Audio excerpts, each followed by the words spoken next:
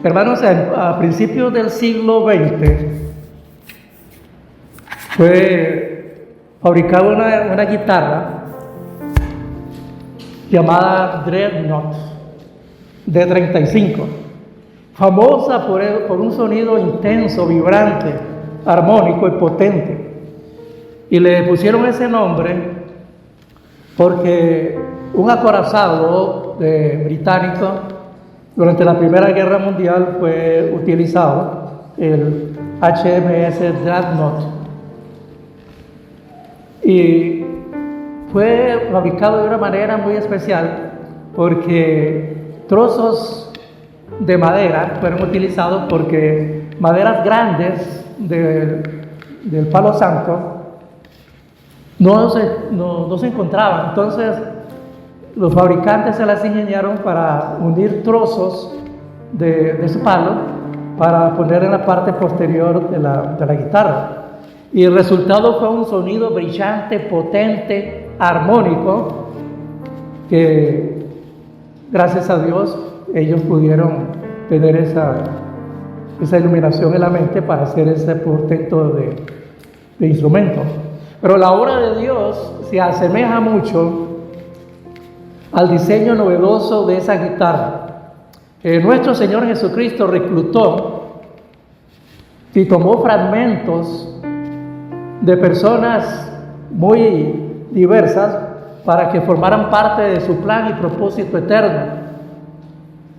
Él llamó y enroló en su ministerio a cobradores de impuestos, a revolucionarios judíos como los celotes, pescadores y otro tipo de personas que llegaron a formar parte de ese grupo de hermanos que llevaron el evangelio más tarde a todas las naciones del mundo. Y todavía sigue él llamando a personas de diferentes estratos sociales, categorías, formaciones, etcétera, etcétera. El apóstol Pablo escribe a los Efesios, el capítulo 4, versículo 16, lo siguiente: el que hace que todo el cuerpo encaje perfectamente y cada parte, el cumplir con su función específica, ayuda a que los demás se desarrollen, y entonces todo el cuerpo crece y está sano y lleno de amor. Efesios 4, 16. En la mano del gran maestro de maestros, nuestro Señor Jesucristo, muchas clases de personas, así como cada uno de los que estamos aquí presentes, se convierten en un gran potencial en sus manos maravillosas para cumplir el propósito y el plan eterno de nuestro Señor y Padre Celestial, para dar gloria, alabanza, gloria, honor a su santo y bendito nombre. Juntos, hermanos, podemos lograr mucho más que estando solos. Entonces, nuestra oración para que el Señor nos ayude a vivir conforme a su voluntad, su misericordia, su gracia y su poder, para poder juntos, en armonía, como dice el salmista en el Salmo 133:1, poder recibir esa bendición y ser parte de ese cuerpo poderoso que va trazando el camino para establecer el reino de Dios aquí en la tierra. Así que vamos a orar. Primeramente, Señor, sea propicio a mí que soy pecador, que he pecado contra el cielo, contra usted, haciendo lo malo delante de sus ojos, en pensamientos, en palabras, en omisiones, en acciones. Pero, Señor, láveme con hisopo y seré más blanco que la nieve. Límpiame de toda contaminación, de maldad, de pecado, Señor, para estar en su presencia limpio de manos, puro de corazón, para ser un instrumento limpio, para llevar, Señor, el mensaje de esta palabra a su pueblo aquí presente. Le pido, Señor, que sea el Espíritu Santo el que hable, siendo yo solamente un instrumento, y que esa palabra pueda llegar al corazón de cada uno de sus hijos aquí presentes, Señor, para que esa palabra traiga no solamente consuelo, instrucción, exhortación, sino un crecimiento sano, como leímos en el escrito del apóstol Pablo, que su iglesia crezca sana, fuerte, utilizando sabiamente su palabra y las armas espirituales que le han sido dadas para que cumplamos con la obligación de pelear, de batallar, para ir formando terreno para que el reino de Dios se establezca en esta tierra.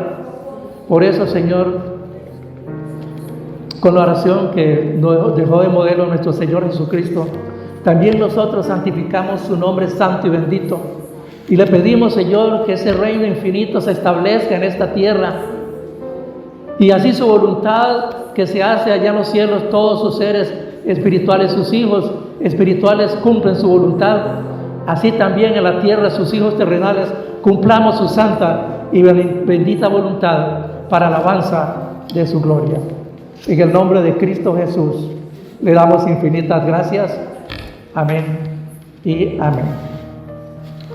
Hermanos, la Escritura es clara de que la iglesia se refiere al cuerpo de Cristo en un lugar. Cualquiera que sean los hermanos que no practiquen esta hermandad, basado en esto, son sectarios. ¿Escuchó, hermanos? Todo aquel que no practique esta hermandad en el cuerpo de Cristo, que viva un evangelio solitario, verdaderamente llegan a ser una secta, sectarios. A pesar de que tales grupos puedan contener el pueblo de Dios, ellos no obstante cortan, coartan, impiden el propósito de Dios de ganar terreno para su reino en esta tierra. Hemos venido hablando de este propósito del Señor, que sea su iglesia la que luche, la que batalle con las armas espirituales para abrir terreno, establecer su reino físico aquí en la tierra, porque primeramente lo tenemos que establecer espiritualmente. Cuando la iglesia se edifica en la unidad, el enemigo, el adversario, se avergüenza y tiembla. Consideremos la palabra del Señor Jesús en el Evangelio de Juan, en el capítulo 17. Vamos a leer los versículos 21, 22 y 23. Porque vamos a ver que la unidad de la iglesia es el secreto del verdadero evangelismo. Por eso es que el enemigo teme la edificación de la iglesia y no permite que esto se realice. Vamos a leer Juan 17, 21, 22 y 23. Si lo tienen en sus Biblias pueden seguir la lectura. Dice el Señor Jesús: para que todos sean uno como tú, Padre, en mí y yo en ti, que también ellos estén en nosotros, para que el mundo crea que tú me enviaste. Versículo 22. Y yo les he dado la gloria que me has dado, para que sean uno como nosotros somos uno. Versículo 23.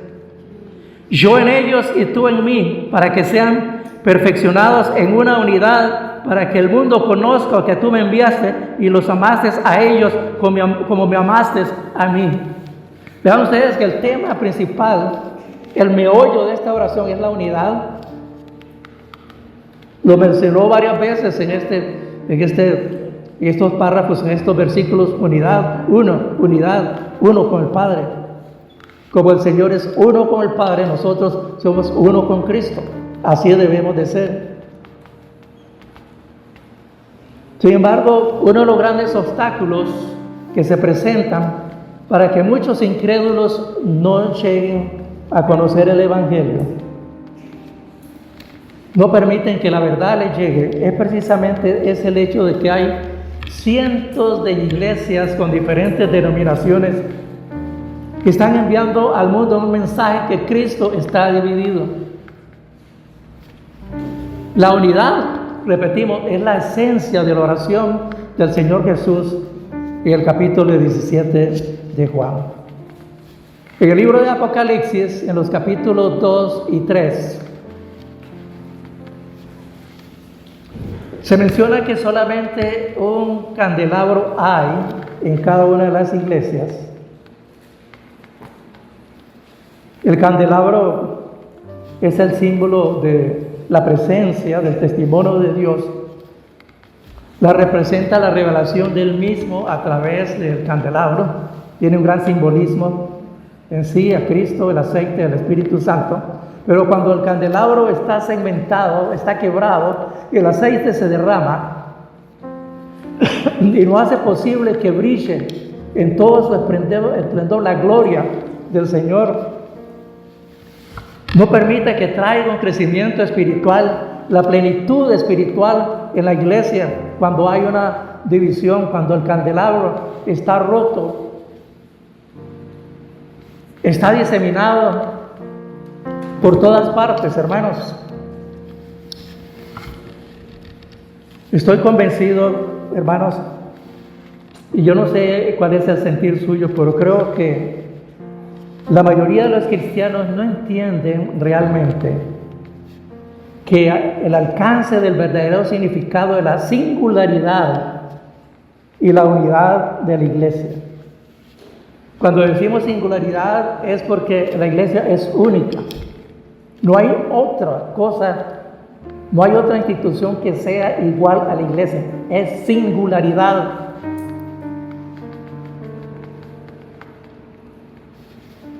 Y no es simplemente que tengamos un encuentro con los diferentes hermanos de otras denominaciones, nos estrechemos la mano y le digamos Dios lo bendiga.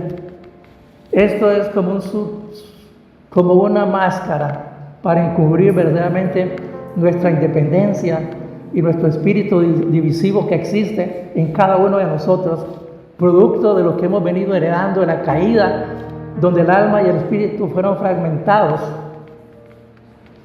Y Satanás utiliza este método efectivamente, muy efectivo, para sentir a los creyentes que están en unidad. Yo no voy a juzgar a nadie aquí presente, pero no sé si usted siente esa unidad con su hermano, siente que viene a formar parte del cuerpo de Cristo. Ve a su hermano como una parte fundamental del cuerpo de la iglesia. Yo pienso que debemos de definir verdaderamente que esa singularidad de la iglesia no es simplemente estrecharse las manos sobre la muralla que divide a nuestras divisiones, sino derrumbar esa muralla en su totalidad. Y es difícil, hermanos, porque la verdadera unidad es abandonar nuestras sectas y expresar únicamente el verdadero cuerpo de Cristo. De acuerdo con las Sagradas Escrituras, que es el texto nuestro por excelencia, la iglesia en una localidad comprende lo siguiente. La única iglesia tiene una administración. Vamos a ver en el libro de los Hechos, capítulo 14. Puede ir al libro de los Hechos, capítulo 14, a Tito 1:5 y a Hechos también 20:17. Porque aquí se nos enseña que todos los ancianos en una ciudad supervisan a toda su iglesia local. Y no solamente eso, que la iglesia local se identifica con el nombre de la localidad: Centro Evangelístico de Cartago, Centro Evangelístico de Zapote, Centro Evangelístico de Oloyola. Se identifica con el nombre de la localidad, como en el capítulo 2 y 3 de Apocalipsis. Vea lo que dice Hechos 14:23. Y después que les designaron ancianos en cada iglesia y oraron con ayunos, los encomendaron al Señor en quien habían creído. Tito 1:5. Por esta razón te dejé en Creta, para que pusieras en orden lo que faltaba y designaras ancianos en cada ciudad, como te ordené. Hechos 20:17. Sin embargo, desde Mileto envió recado a Éfeso y mandó llamar a los ancianos de la iglesia. Hay una administración, hay una dirección. Y la sola iglesia está unida en base al cuerpo de Cristo, nada más. En base al cuerpo de Cristo que existe en su localidad, en su vecindad. La iglesia verdadera se reúne como un todo en una asamblea, en una congregación, en un local, nos reunimos.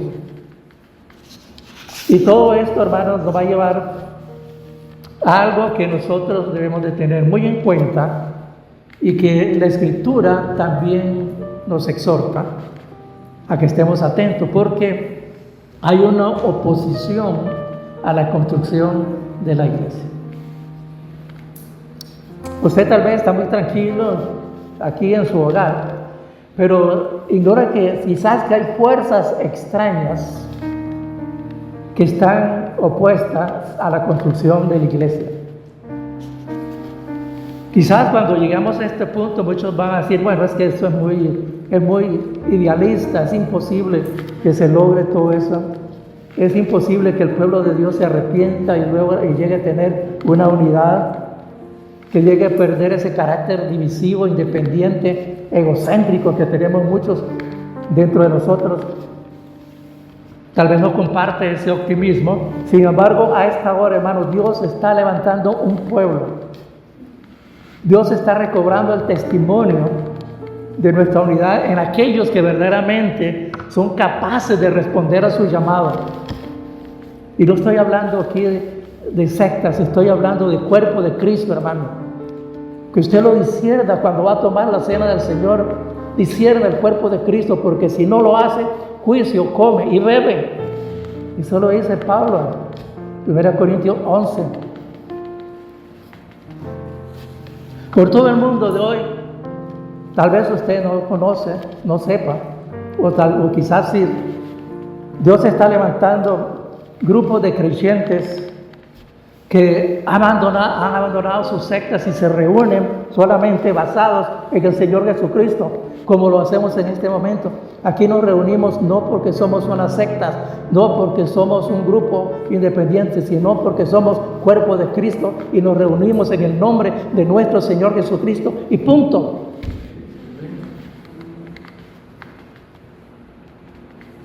Estos grupos no es que estén sembrando divisiones, todo lo contrario. No reclaman algo ni se ensorbecen en sus corazones. Ellos incluyen a todos los que representan el cuerpo de Cristo, situados en cada uno de los puntos geográficos de esta comunidad, del país y del mundo entero. Estos grupos, de hecho, rehúsan dividir a sus hermanos, jamás van a causar divisiones, pero al mismo tiempo rehúsan unirse a sectas. Ellos se reúnen únicamente en las bases del único cuerpo de Cristo. Ellos únicamente se reúnen en el nombre del Señor. Y la simplicidad y pureza que marcó a la primera iglesia. La primera iglesia era una. No había divisiones, no habían sectas.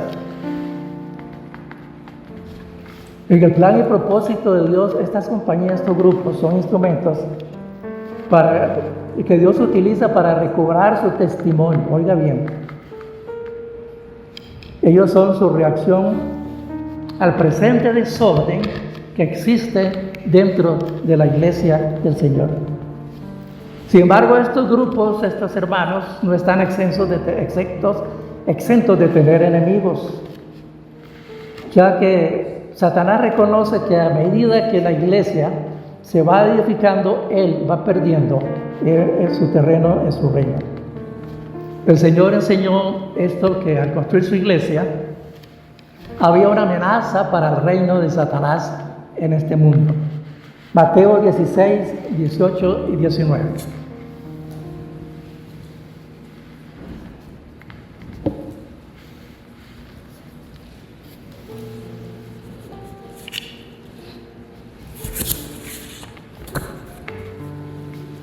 Mateo 16, 18 y 19. Damos oportunidad para alguien con voz de trueno, con voz de arcángel, lea estos versículos para que todos los escuchemos, porque es palabra que ha salido de la boca de Jesucristo, nuestro Señor. Mateo 16, versículos 18 y 19, muy conocidos.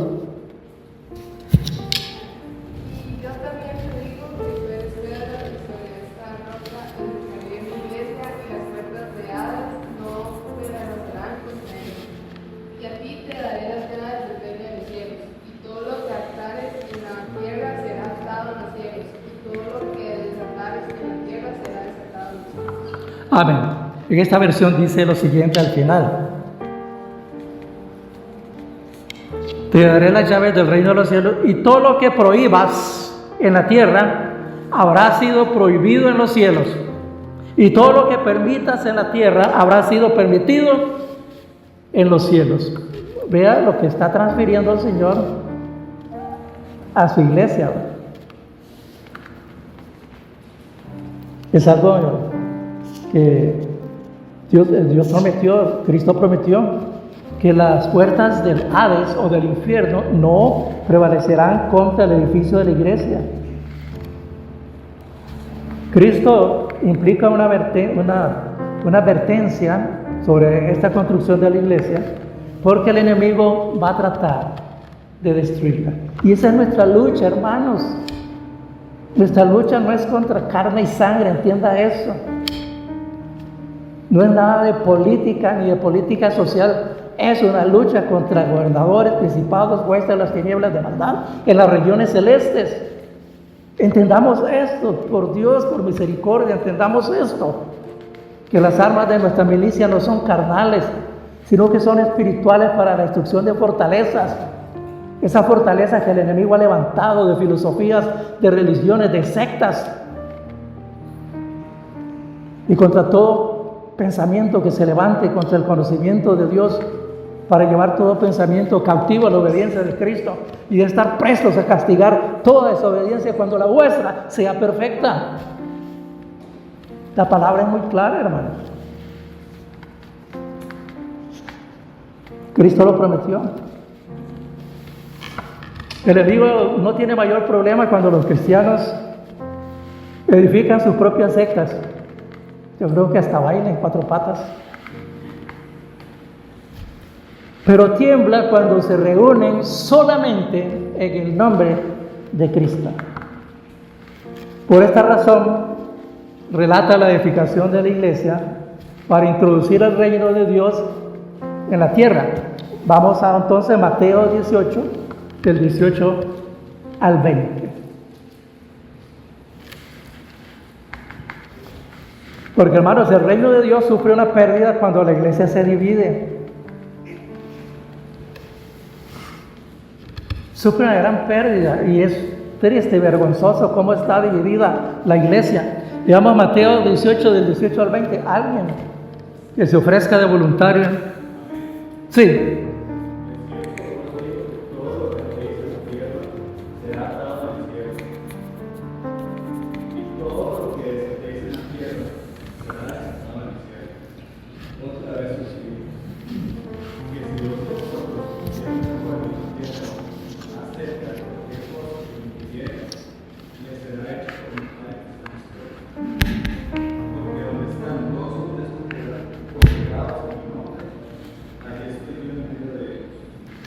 Gloria a Dios. Ahora sí entendemos esta parte final, hermanos, porque donde están dos o tres congregados en mi nombre, allí estoy yo en medio de ellos. Y no es que esté mucho físicamente ahí, no, sino que Él aprueba lo que ese grupo de personas, dos o más, están reunidas. Él lo aprueba. Él lo acepta, porque todo lo que prohibamos aquí, allá se prohíbe, y todo lo que aceptemos aquí, allá se acepta. Eso es. Como cuando hay una reunión, dice, no, yo no voy a estar en esa reunión, pero yo voy a estar con todos ustedes. No es que usted esté presente, sino que usted aprueba esa reunión. Usted aprueba lo que se acuerde en esa reunión. Eso significa ese versículo, que es mal utilizado, es mal empleado por muchos de nosotros los creyentes. Entonces decíamos que el reino de Dios sufrió una pérdida cuando la iglesia se divide, hermanos.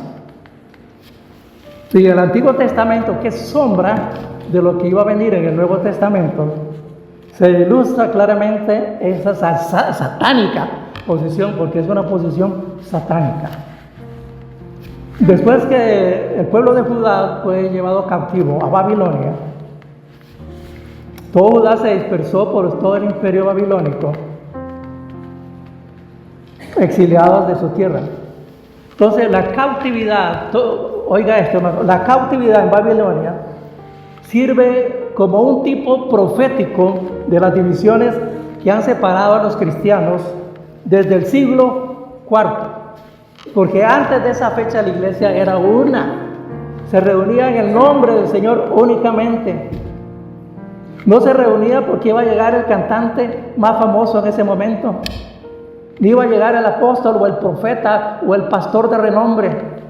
Se reunía porque era en el nombre del Señor Jesucristo única y exclusivamente.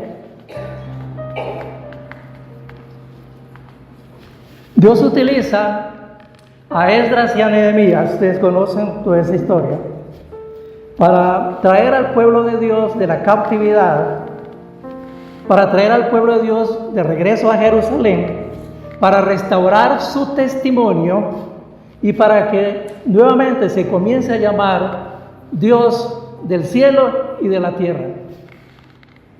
¿Me explico, hermanos? Porque eso ya lo hemos visto. Si no está Dios ya no es Dios de la tierra. Por eso ahora Él manda a Esdras y a Nehemías para que restablezcan su testimonio en Jerusalén, la ciudad santa. Pero no, hermano, oiga esto, pero no todo el pueblo de Dios estaba dispuesto a acompañar a Nehemías ni a Esdras. Ellos estaban muy contentos y tranquilos en Babilonia porque tenían sus vinitos, tenían sus karaokes, tenían sus fiestas, tenían sus deportes, todo lo tenían en Babilonia. Así que vamos a decir hacia Jerusalén. Si aquí estamos tranquilos, vea los chicharrones que nos comemos todos los fines de semana, las ollas de carne, todo eso. Se le parece algo, ¿verdad? El pueblo de Israel es de Egipto, ¿verdad? Gracias a Dios, no obstante, hermanos, hubo un pequeño remanente que regresó a Jerusalén para reconstruir el templo y las murallas de la ciudad. Y doy gracias a Dios, hermanos, porque hoy en día hay un pequeño remanente que está reunido únicamente en el nombre del Señor y está edificando las murallas de la ciudad celestial. Esta parte del Antiguo Testamento, hermano, nos demuestra que la mayor parte del pueblo de Dios no va a abandonar sus divisiones. No es que estoy profetizando, hermano, es la palabra del Señor, es la que me está diciendo esta. No van a abandonar las divisiones de su iglesia. Las asambleas de Dios no van a abandonar las asambleas de Dios. Las iglesias cuadrangulares no van a abandonar su iglesia cuadrangular. Las iglesias del Evangelio completo no van a abandonar sus sectas, no van a abandonar esas divisiones. Los bautistas no van a abandonar sus divisiones, los pentecostales no. Nada de eso va a ocurrir, hermanos. Son divisiones hechas por el hombre. Por eso el sistema denominacional va a continuar fuertemente hasta el mismo final de los tiempos. Por eso, hermanos, cuando alguien le pregunta ¿de qué denominación pertenece su iglesia?, no le diga, bueno, me parece que somos bautistas. Otros van a decir, me parece que somos pentecostales. Si alguien le pregunta, diga, mi iglesia, o la iglesia del Señor Jesucristo a la que yo asisto, pertenece únicamente al pueblo de Cristo, al Señor Jesucristo. Y mi iglesia, a la que yo asisto, pertenece a la misma denominación que pertenecía al apóstol Pablo. Ahí usted resuelve todo el asunto. Esto va a llegar hasta el final de esas divisiones, hermanos, porque así somos nosotros. O hasta que todo sea conmovido, como dice Hebreos 12:27. Hebreos 12:27.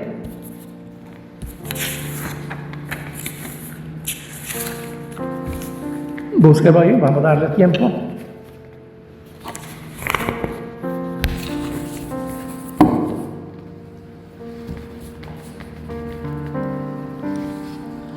En Hebreos 12:27. Pero antes que esto ocurra, que haya esa conmoción, que todo sea conmovido, no obstante, será solamente un pequeño grupo, hermano, del pueblo de Dios los que van a abandonar las sectas, así como pasó con Nehemías y así como pasó con los 300 guerreros de Gedeón, que solamente 300 fueron utilizados por el Señor. Dice Hebreos 12:27, y una vez más indica la remoción de las cosas movibles como criaturas que son para que permanezcan así inconmovibles. Pero antes que esto ocurra, solamente un pequeño grupo de hermanos llamado el remanente de Dios van a abandonar las sectas para mantener el testimonio de su unidad y singularidad en Cristo. Y el próximo estudio vamos a ver el sistema de denominaciones, la oración del reino, para que la iglesia se ubique verdaderamente el papel que representa en esta tierra, el papel que Dios le ha encomendado a la iglesia. Debemos de entenderlo.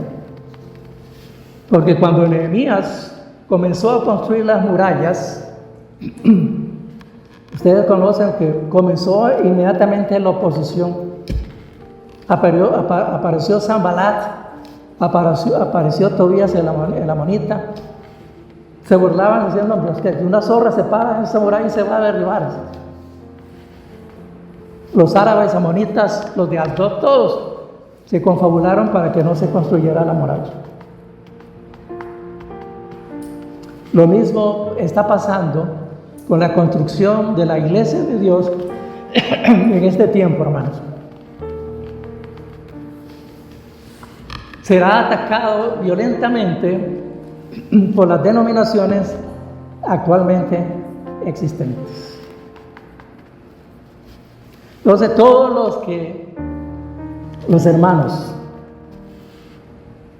que quieran regresar a la singularidad de la iglesia deben de esperar la oposición y persecución en la medida que esta iglesia va siendo construida. Cuando esto se presentó, hermanos, en una institución, me reservo el nombre en este momento, se presentó esto, hermanos, trabajemos por la unidad de la iglesia, pero abandonemos las sectas, seamos solamente el pueblo de Dios que se reúne en el nombre del Señor Jesucristo. Nadie, absolutamente nadie estuvo de acuerdo. Entonces vamos a esperar esa oposición. No importa que seamos 3 personas, no importa que seamos solamente Nehemías y Esdras, pero tenemos que volver a recuperar el testimonio de Dios, la singularidad de la iglesia, la unidad de la iglesia, verdaderamente como quiere el Señor. Entonces vamos a ver el pecado del sectarismo. Porque, hermanos, las escrituras dicen, voy a buscar Gálatas 5, 19, 20, que el sectarismo proviene de la carne. Es poco agradable tener hermandad con aquellos que no creen y practican exactamente lo que nosotros creemos. Es mucho más fácil en la carne reunirnos que son con aquellos que son iguales y piensan que nosotros. Entonces, por eso ve que un bautista no se reúne con un pentecostal y viceversa.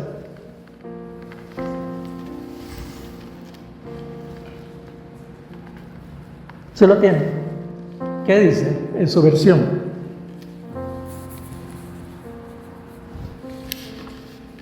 Gálatas 5, 19 y 20.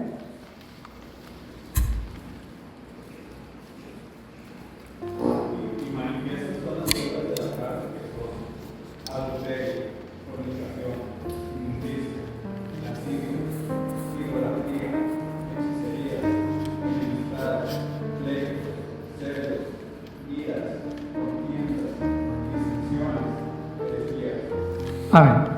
Bien. Rivalidades, disensiones, contiendas, celos. Eso proviene de la carne, hermanos. Pablo le dijo a los corintios también. 1 Corintios 3, 4. Porque aún sois carnales, pues habiendo entre vosotros celos y contiendas, ¿no sois carnales y andáis como humanos? Porque cuando alguno dice, yo ciertamente soy de Pablo, y el otro yo de Apolos, ¿no son humanos? ¿No son carnales? Cuando dice, yo soy de Asamblea de Dios, yo soy pentecostal, yo soy bautista, ¿no son carnales? Es un pecado del sectarismo. Por eso Pablo exhorta a los Efesios 4, capítulo 4, 2, versículos 2, 3 y 4. Porque hermanos, seamos honestos, no hace falta mucha espiritualidad para estrecharle las manos de nuestros hermanos sobre las murallas de nuestras divisiones, de nuestras sectas. Porque en las asambleas de la alianza todo el mundo se habla mal, el pentecostal como el bautista, aunque después habla mal de él. Sí. Pero se presenta con una máscara de unidad. Esas máscaras tienen que ser derribadas. Efesios 4, 2, 4.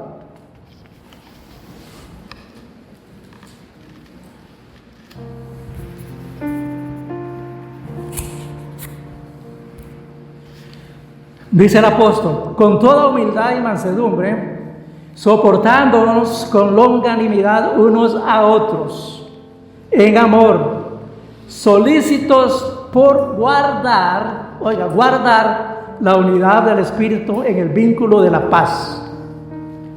Un solo cuerpo y un solo espíritu, como también fuisteis llamados con una misma esperanza de vuestro llamamiento, para guardar la unidad. Es decir, que la unidad ya por ser parte del cuerpo de Cristo la tenemos, pero tenemos que guardarla.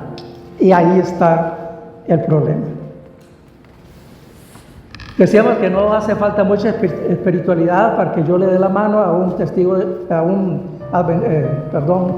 bautista o pentecostal, pero sí requiere, esto sí, requiere de mucha renunciación y amor para destruir esa muralla que mantiene desunidos al pueblo de Dios y recuperar la singularidad de la iglesia, la unidad de la iglesia, del cuerpo de Cristo. Juan escribió en Juan 13, 34, 35. Juan 13, 34 y 35, búsquenlo y lo leen. Nos estamos enfrentando a una realidad, hermanos, en este momento, en los cuales ya nosotros no estemos jugando de una iglesia nada más que venimos y cantamos, palmeamos, tomamos la cena y después nos vamos. Hasta el próximo domingo, si Dios lo permite. ¿Sí lo tienen? ¿Qué dice el apóstol Juan? ¿Escucho? Sin miedo, hermano, léanlo. Un mandamiento nuevo os doy, que os améis unos a otros como yo os he amado, que también os améis unos a otros. Sí. En esto conocerán todos que sois mis discípulos, si tuviereis amor los unos con los otros. Amén. Hermanos, el sectarismo, el individualismo y la independencia son contrarios a la paz. No, es que yo escucho la palabra del Señor en la radio tal. Es que yo escucho todos los sermones por la televisión. Pero ¿qué hermandad tiene usted con un aparato receptor o con las pantallas de un televisor? No tiene ninguna comunidad. No tiene ninguna comunión, es un sectario. Falta de amor, porque nos venimos a reunirnos aquí en amor, los unos por los otros. ¿Les ha sonado raro, hermanos? Y cuando nosotros venimos aquí a reunirnos en el nombre del Señor Jesucristo, es porque también sentimos amor por el otro hermano que está a la par o que está atrás. Desgraciadamente muchos cristianos han sido enseñados que el individualismo y la independencia son aceptables. Hermano, no importa que usted no se congregue, hermano. Mientras usted esté leyendo la palabra está bien. Eso es satánico y diabólico, porque la palabra me dice lo contrario. Hebreos 10:25, no dejando de congregarse como muchos tienen por costumbre. Entonces cuando usted le dice al hermano, no importa que no se congregue, hermano, ese es puro fanatismo, estarse congregando. Reprenda a ese enemigo y dígale como le dijo el Señor Jesucristo a Pedro: apártate de mí, Satanás, que me eres tropiezo.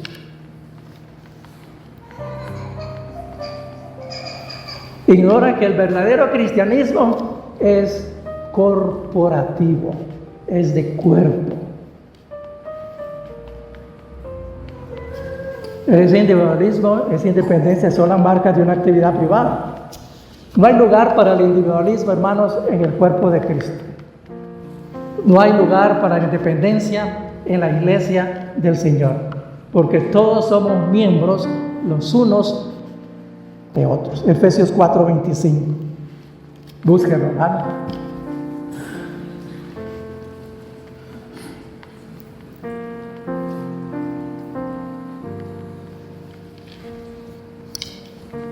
Porque le digo, hermanos, con todo amor, porque el sectarismo no solamente hace perder el propósito de Dios, sino que también limita nuestro propio avance espiritual. Busque también Efesios 1:23, vamos a leer los dos. Efesios 4:25, dice el Señor: por tanto, desechando la mentira, cada uno hable verdad con su prójimo, porque somos miembros los unos de los otros. Y Efesios 1:23 dice: la cual es su cuerpo, la plenitud de aquel que todo lo llena en todo. La iglesia, hermano, es la vasija que contiene la plenitud de Dios. ¿Escuchó esto, hermano? La iglesia es la vasija que contiene la plenitud de Dios, como leímos en Efesios 1:23. Y solamente cuando una vasija de vidrio está en buenas condiciones, que no tiene ninguna grieta, que esté en óptima, puede contener el agua. El agua no puede ser contenida en una vasija de vidrio que esté rota, ¿verdad que sí? Pues entonces igual, el agua de vida, la plenitud de Dios no puede ser contenida en una iglesia resquebrajada como la tenemos nosotros hoy día.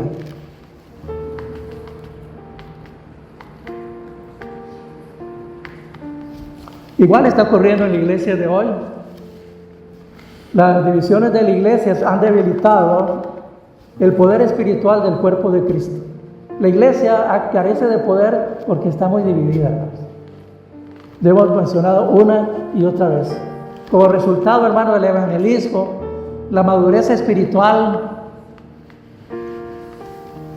y una mayor y más profunda revelación y relación con el Señor se han debilitado en el pueblo de Dios.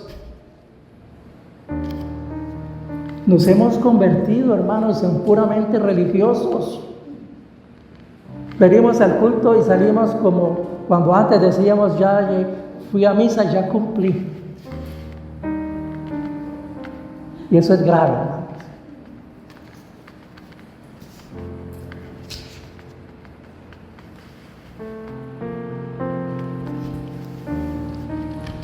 Un cristiano en esas condiciones no va a crecer espiritualmente. Podrá orar en su casa solo, podrá leer la palabra, pero no va a tener un crecimiento espiritual. igual al que tenga en el seno de una iglesia. Leas el Salmo 133:1. Cuán delicioso y agradable es habitar los hermanos juntos en armonía, porque allí el Señor envía bendición y vida eterna. Juntos, separados no, hermanos. Una persona separada de la congregación es fácil presa del enemigo, porque el enemigo anda, como dice el apóstol Pedro, rondando, buscando a quién devorar. Igual, la metáfora del león, el león para cazar busca al que está alejado de la manada y enfoca su mirada en ese ciervo, en ese venado que está alejado de la manada. Ahí voy. Así es el enemigo.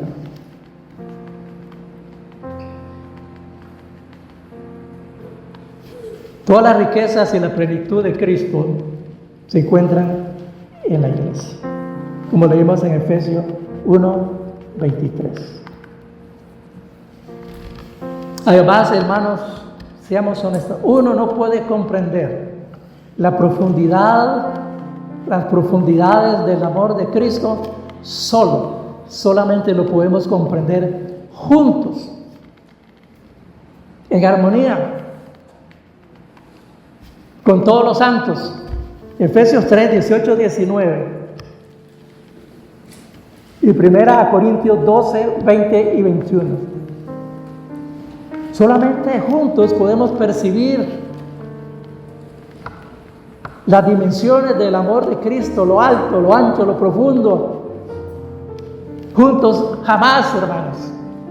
Never. Efesios 3:18-19.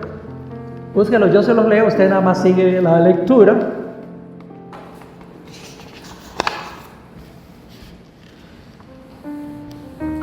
Dice, seáis plenamente capaces de comprender, oiga, con todos los santos, cuál es la anchura y la longitud y la altura y la profundidad, así conocer el amor del Mesías, que excede a todo conocimiento, para que seáis llenos de toda la plenitud de Dios. ¿Escuchó? Con todos los santos. No solamente en el rincón de su alcoba, con todos los santos, con todos sus hermanos, con todo el cuerpo de Cristo. 1 Corintios 12:20-21. Y ahora los miembros a la verdad son muchos, pero el cuerpo es uno solo. No puede el ojo decir a la mano, no te necesito, ni tampoco a la cabeza, a los pies, no tengo necesidad de vosotros. Todos. Ni los riñones al hígado, ni el hígado al estómago, ni el corazón a los demás, ni el cerebro. No. Tiene que funcionar todo el cuerpo en armonía. Es una vergüenza, hermanos, y es un pecado que esta actitud esté en el corazón de tantos hijos de Dios en el día de hoy. Porque el sectarismo nos hace enfatizar única y exclusivamente en lo mío. Nos impide ver la importancia verdaderamente del cuerpo de Cristo. Porque algunos cristianos se enfatizan sobre el significado de los ojos, otros de la lengua. Ahí sí, ¿verdad? Se da mucho trabajo a la lengua.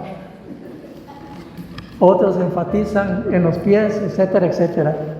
¿Sí? Ahora, hermanos, escucha lo que voy a decir esto.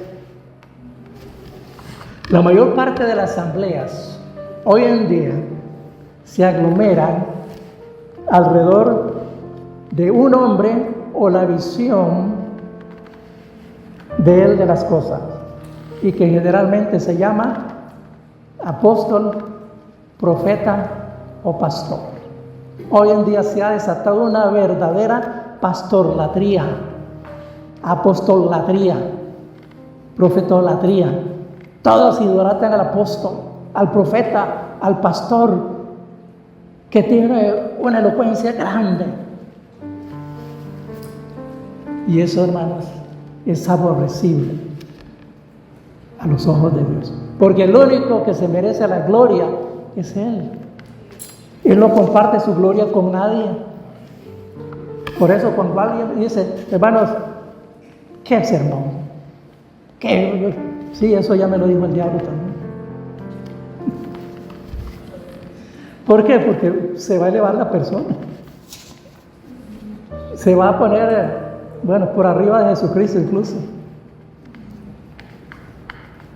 Entonces solamente cuando nosotros abrazamos la singularidad del cuerpo de Cristo verdaderamente, podemos entrar en esa plenitud, hermanos. Esa plenitud que suple en toda la iglesia el Señor, como dice Efesios. Podemos recibir a todos los miembros y sus funciones, como estamos aquí. Reunimos a todos los miembros con cada función que tiene ese cuerpo que está ahí, esa parte del cuerpo de Cristo que está ahí presente. Pero para eso, hermanos, y aquí viene lo que tal vez no queremos muchos, hay que pagar un precio. Porque aquellos que no están dispuestos a dejar en la cruz que despoje su individualismo, su egoísmo, su sectarismo, su individualismo, independencia, nunca, oiga lo que le digo, nunca podrá tomar parte de la edificación de la iglesia de Dios.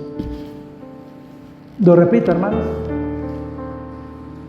hay que pagar un precio, porque todo aquel que no quiere dejar en la cruz, que no se despoje de su individualismo, independencia y sectarismo, nunca va a formar parte de la construcción de la iglesia de Dios.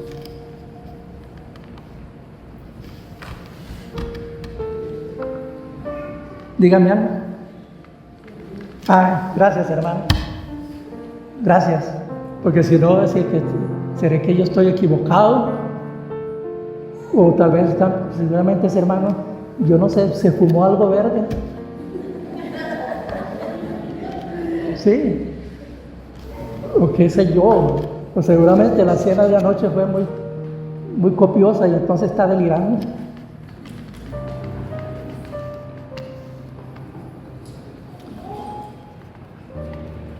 Siempre que la iglesia se reúne en la singularidad y se somete al liderazgo de Cristo, se va a mantener el testimonio de Dios en la localidad. En cada reunión de la iglesia, hermanos, que nos reunimos en la singularidad de Cristo, cada uno de nosotros declara mantener en su puesto, mantener su puesto en la tierra de Dios.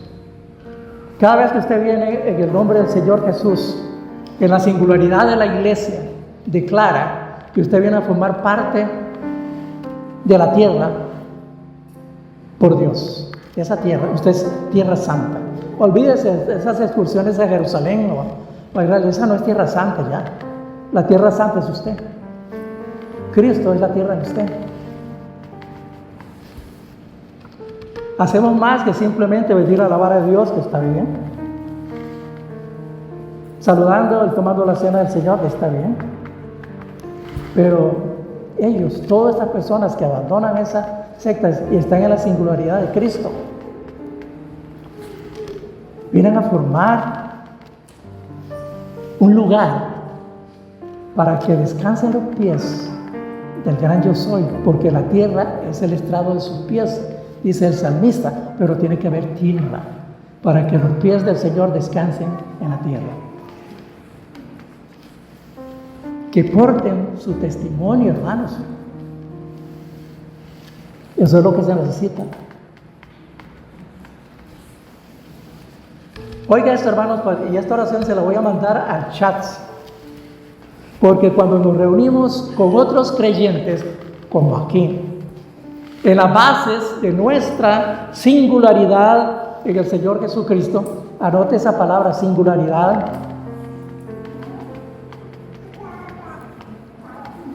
Estamos esencialmente diciendo, escuche, Señor Dios, tú tienes un lugar en esta ciudad. Tienes un testimonio aquí para manifestar tu presencia.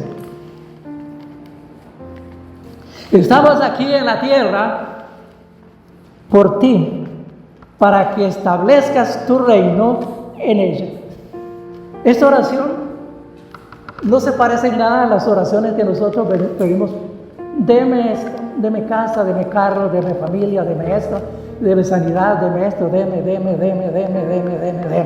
Pero no le decimos esto al Señor. Que tienes un lugar en esta ciudad. Estamos formando un estrado para tus pies. Tu testimonio se está recuperando. Se va a manifestar tu presencia. Y estamos aquí en la tierra para establecer tu reino en ella. Por eso debemos de orar más. La oración del reino tiene que ser todos los días. Señor, tu reino se establezca, ese reino infinito se establezca en esta tierra.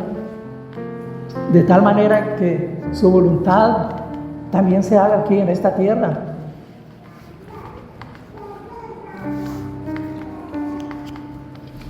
Hermano, ganar el terreno para Dios no es nada místico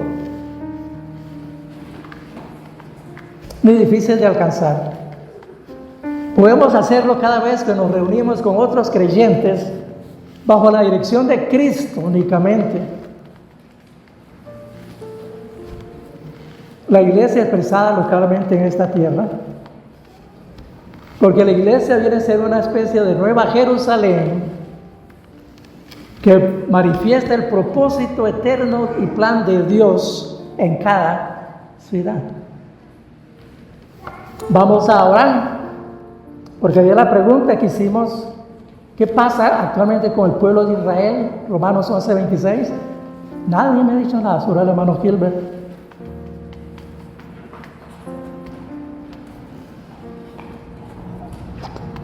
De la misma forma que Dios prometió a Abraham que su semilla, su simiente poseería la puerta de sus enemigos, también la iglesia posee la puerta de sus enemigos cuando estamos todos reunidos, cuando se mantiene el testimonio de Dios.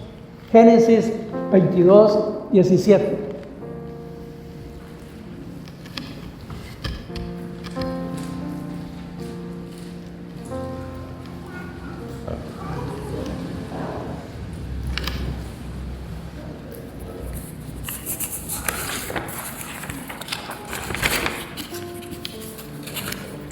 Y busques también Génesis 24:60.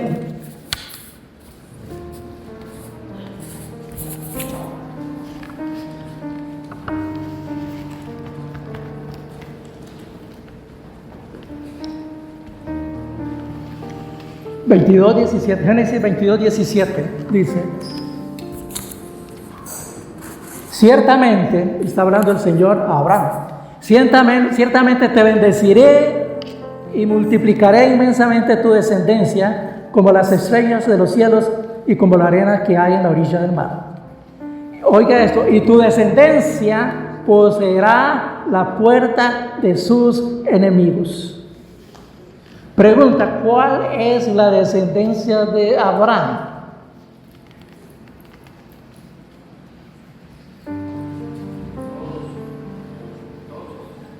¿No?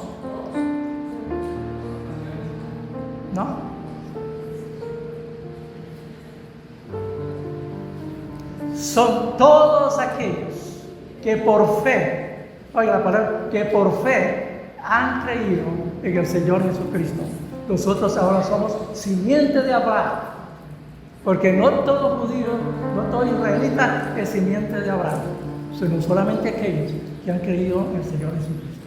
Entonces las promesas del Señor para Israel no es para el Israel étnico, es para Israel que ahora es la iglesia, formado por gentiles y por judíos. Ahora, ¿qué significan las puertas en el Antiguo Testamento, ¿qué eran las puertas de la ciudad? Las puertas eran puntos claves en la ciudad.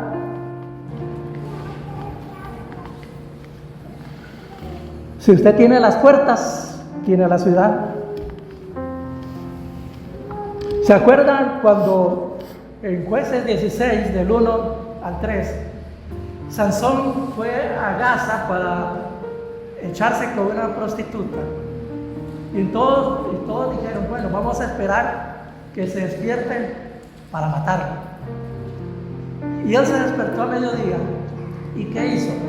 Arrancó las puertas de Gaza, los dos pilares y los cerrojos, y se los llevó hasta la cumbre del monte que estaba frente a Hermón. Arrancó las puertas de la ciudad, quiere decir que esa ciudad se quedó totalmente desprotegida. Por eso la simiente de Abraham va a tener las puertas, como dice aquí, va a poseer las puertas de sus enemigos, y nosotros tenemos que arrancarle las puertas al enemigo. Cuando el Señor Jesucristo llegó y preguntó quién les dice el Señor que soy yo, Él hizo eso como una declaración de guerra, y el lugar que escogió fue un lugar estratégico al pie del monte Hermón, donde había ocurrido la rebelión de los 300 vigilantes, y allí ratificó que las puertas del infierno no iban a prevalecer contra su iglesia. Y habla de puertas. Veamos, Isaac es tipo de Cristo, ¿verdad? Porque esta promesa no es solamente dada a Isaac, un tipo de Cristo, sino también a Rebeca, que es un claro tipo de iglesia. Génesis 24:60. Entonces, como hay sombras y figuras, tipos en el Antiguo Testamento, no lo podemos desechar para poder comprender el Nuevo Testamento. Génesis 24:60 dice: y bendijeron a Rebeca y le dijeron: hermana nuestra, sé madre de miles de millares, y que tus descendientes posean las puertas de sus enemigos. Lo mismo, hermano. Isaac tipo de Cristo, Rebeca tipo de iglesia. Veamos sombras y figuras. Aprendamos a leer el Nuevo Testamento. Como le dijo el Señor a aquel que sé cómo lees. A veces leemos sin pensar en eso. Así nada más una simple historia.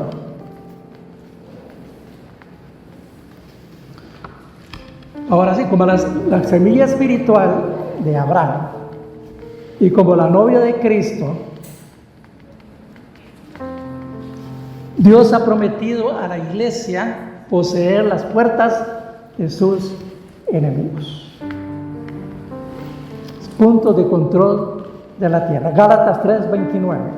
Con esto finalizamos.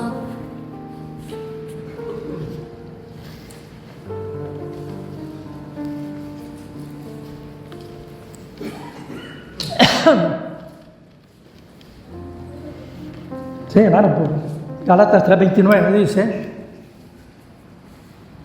y si vosotros sois del Mesías, entonces sois descendientes de Abraham. ¿Ves que no todos? Herederos según la promesa. Todos somos simiente de Abraham, descendencia de Abraham en Cristo. No todo el mundo. Olvídese, no todo Israel será salvo.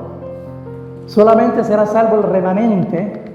Esas ramas que fueron desgajadas del olivo, que pueden ser nuevamente injertadas en el olivo, como fuimos injertados nosotros, contra natura, injertados en ese olivo. Dios no tiene dos árboles, solamente uno, donde se injertan judíos y gentiles, no hay otro. Así que olvídese. Solamente el remanente de Israel será salvo. Y punto. Así que, hermanos, Dios desea que su pueblo querido, primero, que se somete al liderazgo de Cristo. Sin eso, no hay. Y mantenerse juntos en unidad. Dos cosas. Ya lo habíamos visto. Sometidos a Cristo, juntos en unidad. No hay quien nos pueda vencer.